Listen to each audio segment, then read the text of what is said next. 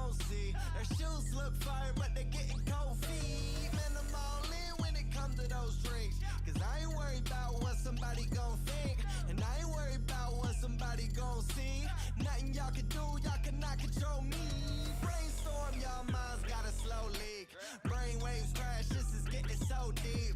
Everybody, every time I go speak, don't believe the hype, then it's what you gon' see. I can't be controlled. I can't be controlled. I can't be controlled. There's no stopping us now. I can't be controlled. Cause we're not in the crowd. I can't be controlled. You can't stop us right now. I can't be controlled. No, I can't be controlled. If I don't wanna be there, then it's time for me to go. Money is the motor, so if y'all don't even know the stuff that you can do to buy me, y'all are finally exposed. Hold up, man, you know that I'm honestly the GOAT. And I'm all good like I'm trying to be the Pope. If you talking money, then it's gotta be a joke. But if the money talks, I estimate it's gotta be a quote. Oh my God, man, you can't lie to me, I'll know. So really, if you try it, then you gotta be exposed. Headstrong, even when my mind is getting old. But even so, you need to know that no, I can't be controlled.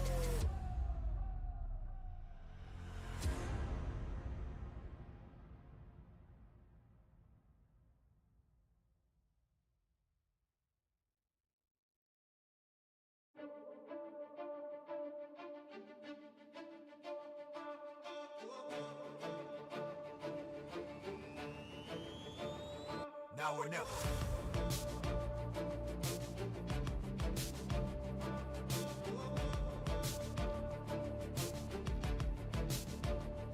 Now or never.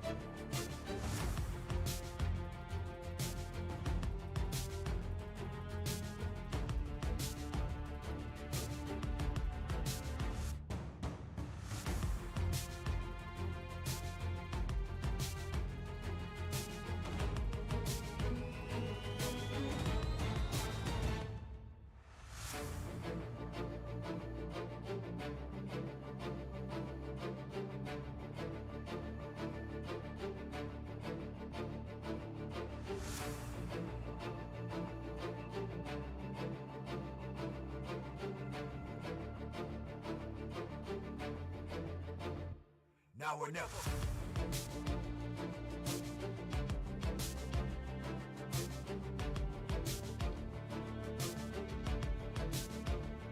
Now or never.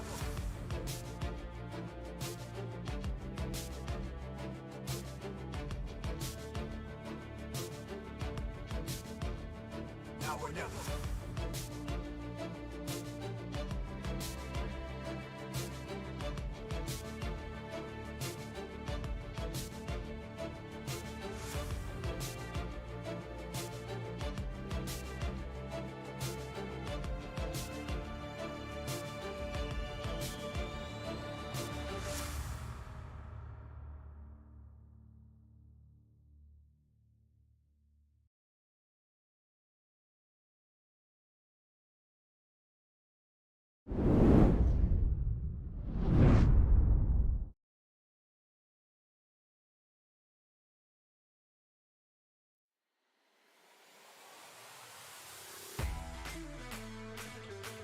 "11 races down, 1 to go in this enthralling and breathtaking season in the iR-04 machine, where we've seen 10 different winners across 11 of Primetime's finest events.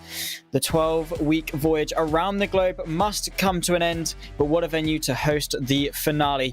Welcome along, ladies and gentlemen, to the Italian treasure of Imola, where myself, Zach Sweeney, and Cameron Roger will take you through the 20-minute showdown with help from Zach Johnson on the production fees. And well, Cam, what a wild ride it's been, and I'm really looking forward to this. Yeah, it's been a crazy season, crazy amount of tracks, and the amount of action that we've seen has just been amazing. There's been battles for the lead going right down to the final lap, the final corner sometimes as well, multiple times this season, and let's see how Imola can do again today. Very, very true indeed. As I say, it's been so close all season long. We've been to a variety of different tracks, the likes of Silverstone, Spa, Alton Park, the Nürburgring, Hockenheim, you name it. And it's, a historic venue that we've been to, a great chunk of circuits that we've been to as well. And it's been so close, so topsy-turvy throughout the season, and of course, while they're not fighting for a championship, it's more just an open lobby for a bit of fun and all that. But it's still, they've still managed to put on a show week in, week out. And again, Imola is another circuit, sort of, it should still provide for some pretty good action today as well. Yeah, it should be great. It's pretty much all medium to sort of faster corners. Of course, you've got the slower chicanes as well here and there to try and spice it up a bit. But then you've got the two long straights. Firstly, the one that we're just about to come up to the back straight down towards the final corner. And then, of course, the start-finish straight as well. So loads of slipstream action is going to be happening. And it's going to be very tight and twisted, though. As you can see, this track, even though we called this part of the track a straight, it's definitely got some kinks and some curves in it. And that can really play a factor with the slipstream. For sure, yeah. Of course, we have had a few races where it's just been decided by pure slipstream. Think back to Spa, the crazy race that we had there, where it pretty much was just like an oval race in terms of the slipstream and the draft between all the drivers and how close they kept to each other. Hopefully today is going to keep everyone nice and tight in contention. Usually down this main pit straight, of course, with a couple of kinks and turns and things like that, the slipstream is really, really strong. So people can get a run down and towards the Tambrella chicane the majority of the time. And yeah, of course, through Villeneuve and all that, you can still have a good run and run side by side. So the action today is going to be really good. And that's a bit of a spin there for Piquet. He's already done his first lap. That was the start of his second. And with him being nearly a second off the provisional pole time of done, that's not going to set his race up very well. Yes, certainly not, as obviously we only get a couple of attempts as well during this session, so you have to get your laps in. So far, Dunn has got an amazing lap time, an amazing gap, although Bradbury just halves that. It was 0.6, now down to 0.3 gap back to Ted Bradbury now in the number 5 machine, and it looks like it's going to be pretty interesting with some of these times so far being a little bit further off with the likes of Thyssen and Brady. We've seen them up there in previous weeks, but haven't got the lap in so far. Very true. Of course, they do have the second lap. They get 2 laps in these sessions. The first lap, as we say week in, week out, is test the water a little bit, get the car warmed up, go for a banker, and then push for the second one when the tyres and brakes are all in their nice operating window, and then you can really push and get some confidence in this car. But yeah, it's still very tough to handle. Even on that second lap, it does make itself prone for mistakes and things like that. And yeah, it is a very, very tough car to handle. But it's still a really, really fun car to drive. It's probably one of my favorites on iRacing, as we see Marek Lamanik on the run now to the line, shortest distance as possible. This is going to be his first time lapped, and across the line it's not going to be anything particularly special. It's a 46.4, which in itself is about 1.7 seconds off the pace, and I think he did actually get an off track in that one as well. Alex Dunn, the provisional pole sitter, into the pit lane. He's got Ted Bradbury just in behind, who's got another lap in. 3/10, is that a doable gap? Oh, it's a bit of a jump considering the gaps we see behind as well. That looks like to be a very good lap from Dunn indeed. As again, some other drivers try to come across. McIntyre goes up to second place. Bradbury now Dak, and that's also less than a 10th actually there to the provisional pole. So McIntyre there with a big lap there on his next time around. Smith as well with a good lap to get half a second off pole, as Peyev as well in that 5th place, just half a second off. So this midfield once again looking pretty close, as it always has for the last 11 weeks of racing. The gap at the front is sometimes really close, sometimes is a little bit stretched. We saw with Dion Santos at Brands Hatch how much he just ran away at the front, but we still saw some really good action amongst the midfield. The gap between Alex Dunn and William McIntyre, less than a 10th of a second, though. That is how it's going to stand provisionally, unless anyone can really get themselves into the mix and settle things up. But with only a minute and a half left to go in this qualifying session, the final one of this season of Friday Night Prime Time, what can happen because of it? And of course, with a couple of people already done with their laps, the likes of Alex Dunn, who is just hoping that no one can really top his time at the top. And that, again, as a driver, just being sat there on pole position, hoping that no one tops your time, is sort of quite a nerve-wracking experience. Absolutely is. Oh, that's a big wiggle though from Lemonek out to the final corner, and that's not going to be an improvement, unfortunately. So that is going to be a bit of a run from the back of the grid. There's getting some more drivers now trying to come across the line to set their laps, but that one was slowing down and not to be an improvement either. And I'm definitely surprised by the field spread so far. 2 seconds back to the 13th place so far of Sigmund, and there's quite a few drivers who still haven't set a time even with 30 seconds to go. So this is definitely going to be a bit of a mixed up grid. It's an uncertainty. I mean, you look to the likes of Bredig, Reitzmer, Kuboc, who are quite actually really close in terms of time. It's not much separating them, but yeah, it's a weird one of how difficult this circuit has proven to be in qualifying. And yeah, some people not able to get a lap in. Sometimes maybe it's intentional. They want to start at the back, maybe just to go for a bit of last to first fun. But yeah, no, definitely goes to show and puts into perspective how difficult of a circuit that Imola can be. Oh, it certainly can. It's going to certainly be a very interesting race of how these guys are going to work out the track. That middle sector is certainly going to be a bit more difficult to follow and to stay close. But if you maybe chunk one of these curbs in one of the chicanes, you can keep close to the cars ahead. And yeah, it's going to be a very exciting race, I'm sure. Let's see the grid. Let's take a look at how they rack up after 8 minutes of qualifying. Then it will be Alex Dunn, who takes pole position, less than a tenth clear of William McIntyre, who will be to his right-hand side as they barrel their way towards the Tamburello chicane. Ted Bradbury and Jason Smith round up 3 and 4, with Stoyanov Peeve rounding off the top 5. And Nick This, and a decent qualifying for him in P6. Where can he get himself forward? Looking a little bit further down, Pedro Daniel Piquet and Alfie Bredig, your 4th row, with Spencer Reitzmer and Matas Kuboc rounding off the top 10. Johnny Weiner and Patrick Rusendahl, P11 and P12, joining each other for the 6th row of the grid. Lucas Sigmund and Taylor Bernard 13th and 14th, with Marek Lemonek rounding off the top 15. He'll be joined by Rafael Mondeniz as they fight their way amongst the midfield. Hans Enkrit in P17 with Lewis McGlade P18, unable to set a lap time in qualifying, with Eduardo Conde and Ricky Johnson P19 and 20 right at the back of the grid. Those towards the back didn't quite set a lap time in qualifying. How are we expecting their progress towards the front today? I think we can see some of these drivers do a lot of progress. There's obviously a few fast drivers there towards the back, and they're going to be coming through, trying to use the slipstream, especially down towards that sort of Tamburello chicane, which really we call turn number 2, through the kinks that we have around here. And I'm going to say the slipstream is going to be quite massive indeed. And the guys just coming onto the grid now to try and line themselves up, and they'll be able to try and get away. It's a fairly long run, actually, from this pole position all the way down towards that first braking zone, so definitely watch out for some maneuvers, but it's a tight and twisty braking zone. Just before we go to the lights then, Cam, what are your predictions for today? Oh, I think Dunn is going to be quite hard to follow with that, but McIntyre being so close, I think it's going to be a nice two-way battle to the end. Let's hope indeed. Only a few seconds before we get ourselves underway for the final week here of the iR-04 Challenge Series. The lights are coming on. The timer ticks down. Alex Dunn on pole. William McIntyre alongside as they go towards T2 for the first braking zone.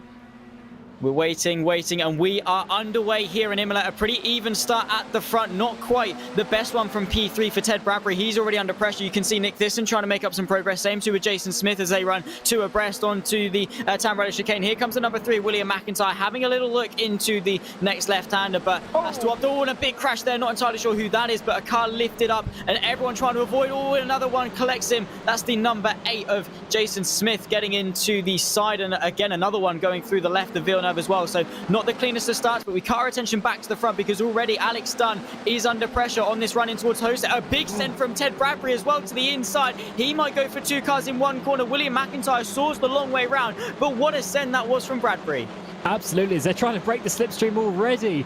Coming up the hill to Piratella, this is going to be a massive fight. 3 wide once again into the Brunex braking zone, and this is going to let Thyssen come through up there for 3rd place as well. These guys just going for every single gap, and of course that's going to break up and splinter this pack. But great racing so far. Everyone going for every single battle that they can, side by side once again as you come back up the hill. Loads of cars going off the track on the left-hand side as well, but it looks like Bradbury's just going to hold on. But Thyssen now 3 wide as you come up to the back straight.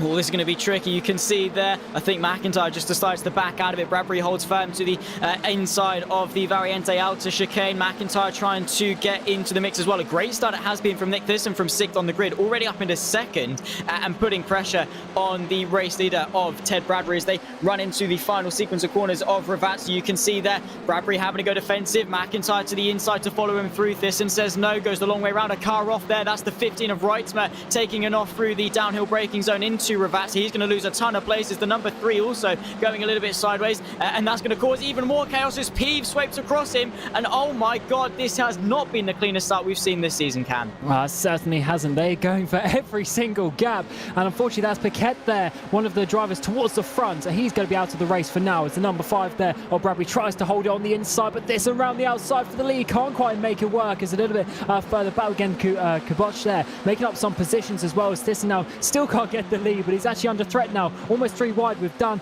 and Bradbury as we come up towards this second part of the first section. It looks like Dunn's there going to be able to get back through into 2nd place. Not the best starts for Alex Dunn. Of course, he opted to try and remain clean and take it nice and cautiously. William McIntyre to the inside as they won 2 abreast as Alex Dunn goes for the move for the race lead as well. They are still going to run 2 by 2, 2 rows deep. A car off towards the backside. That's Wanner on the exit of Tosa. Has Alex Dunn been able to get the move into this next left-hander? Has been unable to. William McIntyre to the inside of Nick Thisson. It is certainly all kicking off. You have to be, paying attention to what's going on. Alex Dunn, has he got a move towards Acrimini Riley? He's not quite close enough. It is a tricky corner to go around the outside of, but Nick Thisson's going to try that as well. But yeah, it is just so chaotic. We didn't think it was going to be this chaotic. We knew it was going to be action-packed, but not quite to this extent, as we see Alex Dunn now trying to go for the move. Yeah, what is this, about a 10-way fight for the lead pretty much? This is crazy stuff. As Dunn somehow is leading, and Thisson all the way down to 4th place over the course of this lap. But Bradbury and McIntyre in this 3-way train that they're starting to form towards the front as we come back to Varner here in this 9th place. Lemerick already up ahead of him, going side by side with Brady in towards Ravazza. Side by side between the two. Looks like he's just going to hold that on the inside, but actually Brady's trying to hold it around the outside now of the final corner. That's going to give Vanner a bit of a run here as we come up towards the start-finish straight. Once again, 3 wide. We're just going to go as we go through the pit entry. Who's going to come out on top of this? Because they're all trying to get a little bit of slipstream from the drivers ahead. As also this in there, losing a place to Bernard up ahead. So many positions changing hands. Just goes to show how quickly the pendulum can swing. A change for the race lead as well as Bradbury's on the inside trying to defend from the British F4 Championship leader of Alex Dunn, who's going to get himself up into the race lead. Got that move done to the outside. Now William McIntyre wants to capitalise off the vulnerable Ted Bradbury, who of course is a race winner, a repeat race winner over the course of this season as well, taking 2 victories over the last 11 races. The only double winner as well, if I can remember correctly. Ted Bradbury now trying to duck and dive his way to the inside of Tosa. Is not going to quite find the gap, but he breaks late and goes for it anyway. Alex Dunn sees him coming, tries to go the long way round, but is going to compromise his run. And now Nick Thisson and Bernard trying to get themselves back into the mix. It just goes to show that as soon as you're offline slightly, everyone wants to try and get a slice of the cake. This is crazy pack racing on a road course. It's amazing to see how this car does this. McIntyre there up the inside, side by side, done down into 3rd place. And this, it's all changed. These positions, every single corner, someone is making a move. And Lamrick there gets up into 7th place as we're still trying to go side by side on the exit. McGlade there getting up inside the top 11, gets past Reitzmer. And this is still, look at this massive battle for the top positions. It's amazing to see as side by side. We now get Lamanek there and Vanna going side by side in towards the Variante outer. Who's going to come out quite on top of that? Looks like Lamrek and Vanna there continuing to stay, but Bradbury up towards the front as McIntyre drops down again. These guys are going absolutely crazy for the final race of the season. It's going to change pretty much every lap, but it can only be 1 by 1 when we get to the checker flag. William McIntyre and Ted Bradbury still running side by side through the final part of Ravazza. Now you can see Alex Dunn getting a bit of a snap, maybe a bit too good of a run for his own good. Now going to run 3 abreast with Nick Thisson trying to thread the needle through the middle. Are they going to run 5 abreast with Bradbury, McIntyre, Dunn, Bernard and Thisson? You can see now they're at least 4 wide as they run their way through T1, this little left-hand kink, before they then get themselves in towards the braking zone of the Tambrella chicane. A couple of people choosing life and deciding to back out of it, and out of all of it, it's going to be Ted Bradbury, or is it as Nick Thisson goes the long way round through the Tambrella chicane. Bradbury goes off on the exit. Nick Thisson inherits the race lead. Bernard's going for it, a big off in the background as well, and oh my word, that's Alex Dunn going off. Yeah, Alex Dunn getting sent back a little bit as well as the drivers still try and go side by side through that second part of the Tamburello chicane. Oh, at the front, we got Thyssen off. We got Bernard off as well. Who's going to come out on top? It's going to be McIntyre after all of this. Thyssen now down to about 5th position, but trying to go side by side with Bradbury as well. These guys are going to be so, it's going to be so tough to hold on to these places as we've got a 12-way fight for the lead, and somehow Dunn, after going off, is still on the back, such is how big this pack is at the front. It's absolutely insane. The fact that Nick Thyssen went from 1st to 5th in the span of a couple of corners goes to show how intense this race is. Kuboc now going for the move for the race lead. You wouldn't have even heard his name had it not been for this intense battle. He was sort of languishing in the midfield a couple of moments ago. Now is right up in the mix, side by side with Lamanek, who started P15 in this race. He's up into P2. Kuboc is going to stay ahead for now, but everyone just trying to they just have to choose a bit of space on the track and commit to it. That's all they really can do. It's so hard to fill. Bernard now going to make it 3 abreast between himself, Kuboc, and I believe to be Lamanek as well for 2nd place. So he's trying to get himself up into the top 2. Has he been able to do that? Not quite. Nick Thyssen now trying to make amends, and up to the inside, Ted Bradbury as well after having a bit of an off at T2 on the last lap, and everyone just getting really argy-bargy. It's almost as if they're fighting for the race lead on the last lap, but they've still got over half of this race left to go. Yeah, and somehow after all this, McIntyre's got a bit of a lead there as we're getting a 5-deep train pushing each other along as we come towards the finish line to start another lap. We've got the number 4, number 9 there going side by side this, and we've got cars on the grass trying to make up positions as well in the form of Bradbury as we come through this first chicane. Let's see if anyone goes up over the corner. Yes, they do. McGlade's involved there. There's another car whipping, and I think it's Bradick going down a little bit as well as the driver's trying to get back on the track, but that was a huge rollover there. It was a big hit between the pair of them now. Still side by side for the race lead. Another off as well between Vanna and, I'm not entirely sure who that is, the number 14 and the number 10. That's a big crash. That's Encree and Vanna, I think, just losing their places in this race side by side through that chicane is never really ever going to work. 3 abreast, maybe on the run towards the Piratella. They're going to opt to go 2 wide as McIntyre tries to keep Bernard at bay. Kuboc now going to fill the space to the inside. That's all he really can do with the run that he's got, the overspeed that he's got. You can see this fight extends all the way back down to Alex Dunn in P8. The top 8 separated by 1 second on track. And oh my word, I don't think we could have really asked for a more epic season finale.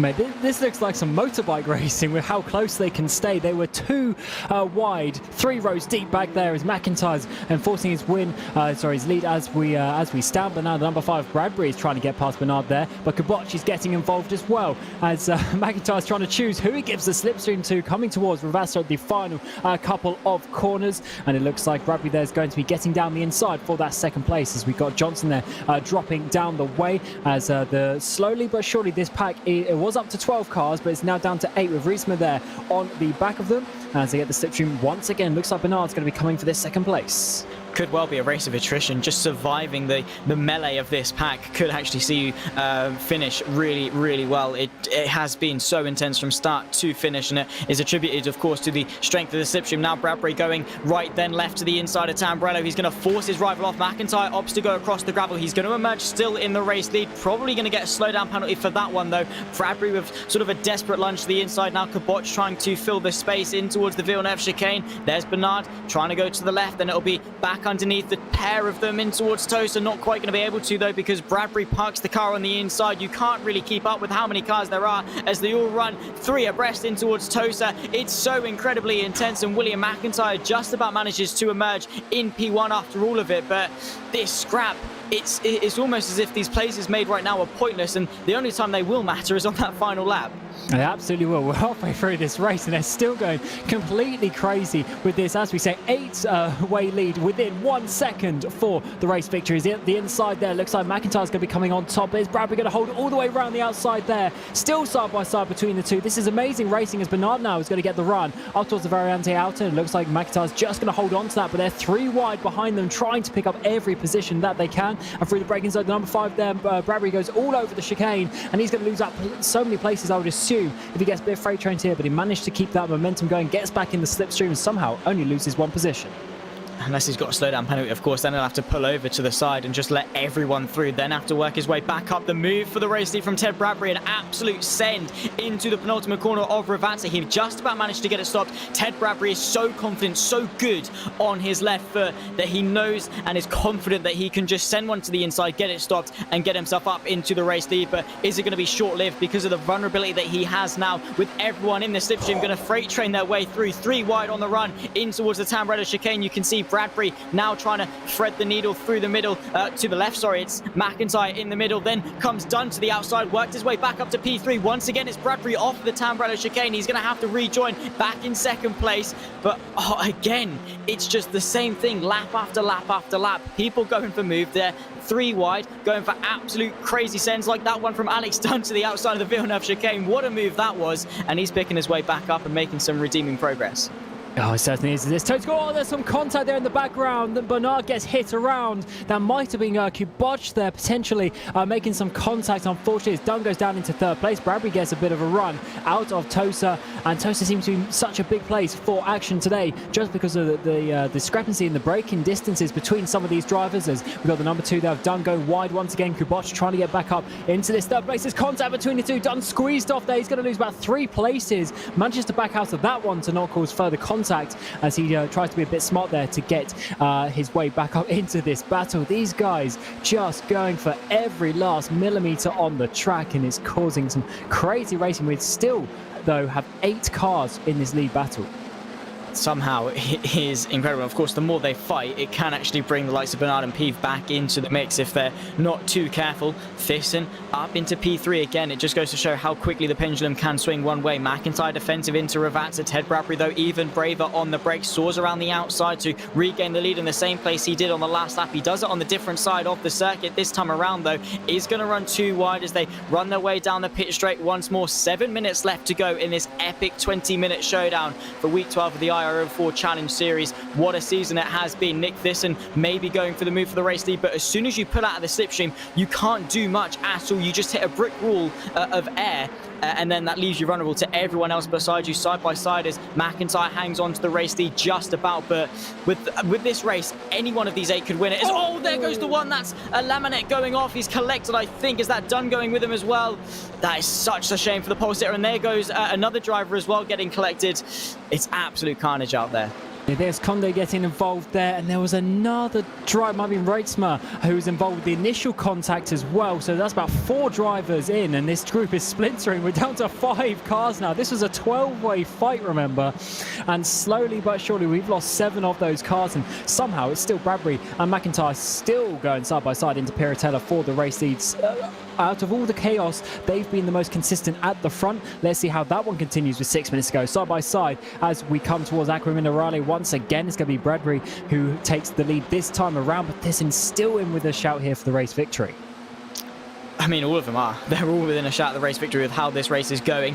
Bradbury and McIntyre still holding firm, though, as you say. They seem to be the more consistent of the bunch. And yeah, despite the carnage that this train has caused, it's now dropped from what was 12 to begin with. Now it's down to 5, which still in itself is pretty crazy. But yeah, it sort of has calmed down. Well, it hasn't calmed down. There's just less people to cause the carnage. Side by side still between Bradbury and McIntyre. Bradbury this time on the inside. That could open the door for Thyssen to nip his way up the inside into the final corner. That is going to be the case. McIntyre, though, with the outside momentum, swings his way still to remain in second place, and Thyssen decides for the right choice to tug back into the slipstream, because if he doesn't, then he is going to be vulnerable. Bit of blipping there from Tad Bradbury. Hopefully he can remain in the race for the final 5 minutes, but once more side by side as they run towards the Tamburello chicane.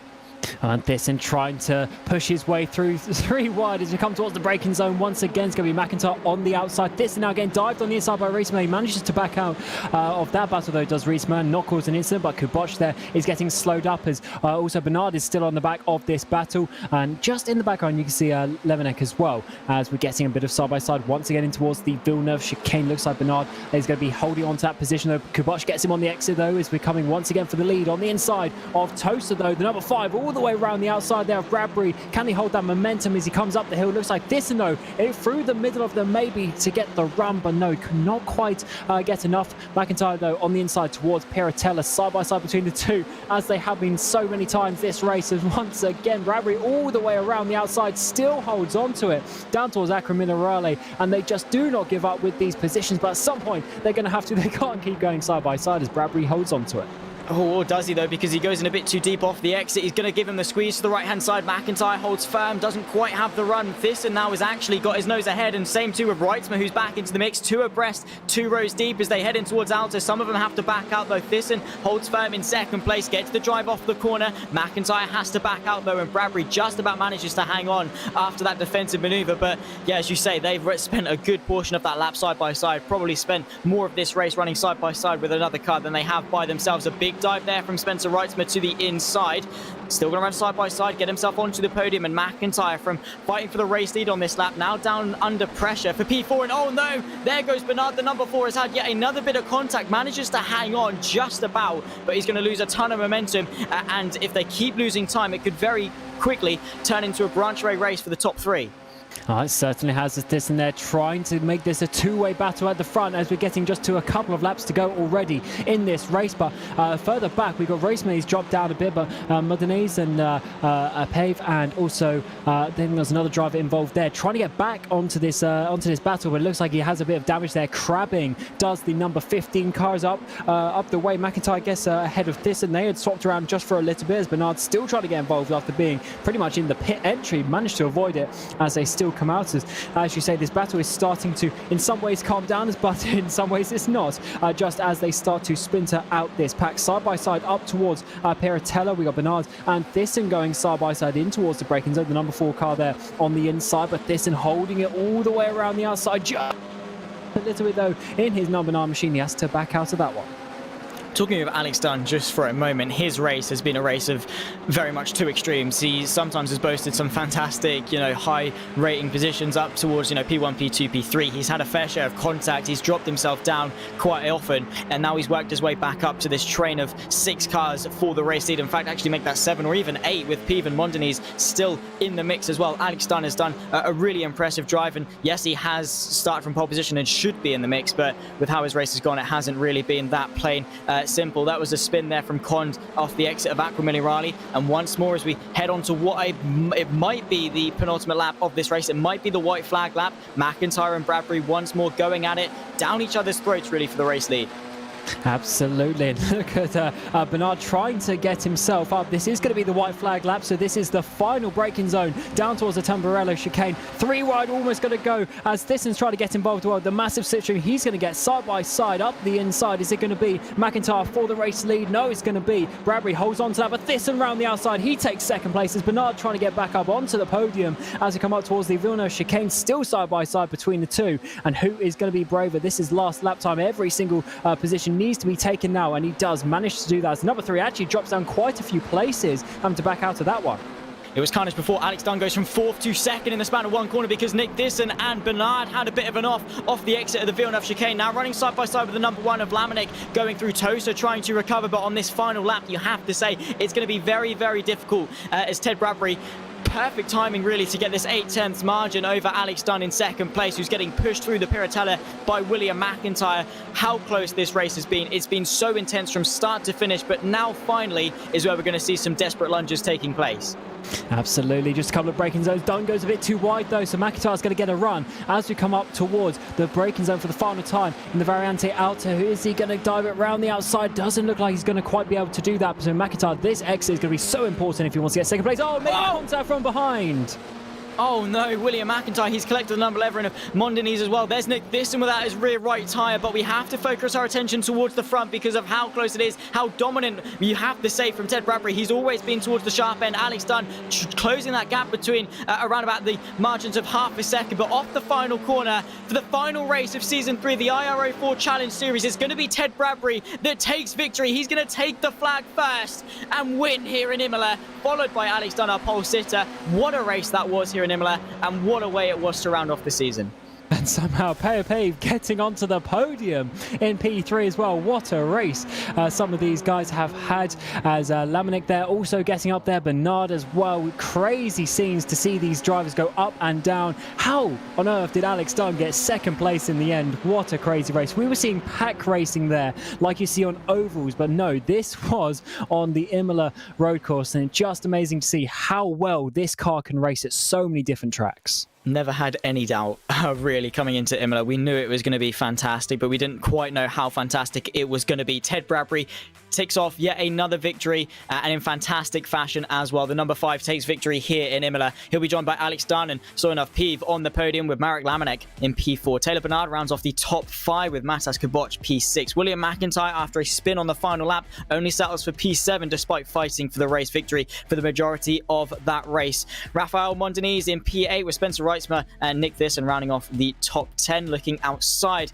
P11 and down, Ricky Johnson from the back of the grid up to P11. Good progress from himself. Pedro Daniel Piquet P12 with Conda P13. Patrick Roosendahl just in behind in P14. Lucas Sigmund rounds off the top 15 with Lewis McGlade, despite a bit of contact and starting from P18, mates a couple of positions up to P16. Alfie Bradick P17, Jason Smith, Johnny Vanner and Hans Enrique was unable really to get to the checker flag. 4-5 laps down a piece for the pair of them. The fast lap for Alex Dunn as well, who was just on an absolute charge. And Cam, just reflecting on the season that we've had, it's been so memorable. A lot of good races and a lot of good battles to look back upon as well.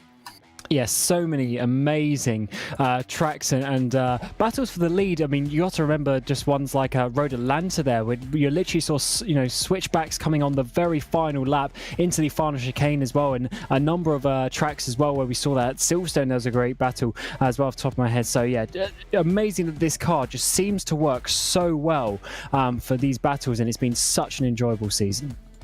It has. It's been an absolute pleasure to talk everyone at home through the last 12 weeks of action, with the circuits that we've gone to, with the actions that we've had and the memories we have made. It was myself, Zach Sweeney, and alongside me, Cameron Roger, with Zach Johnson on the production feed for the majority of this season. We thank you for joining us here on RaceSpotTV for Friday Night Primetime. We hope to be back for yet another season in a couple of weeks' time, with hopefully some exciting news to come with it. So certainly stay tuned, certainly be on the lookout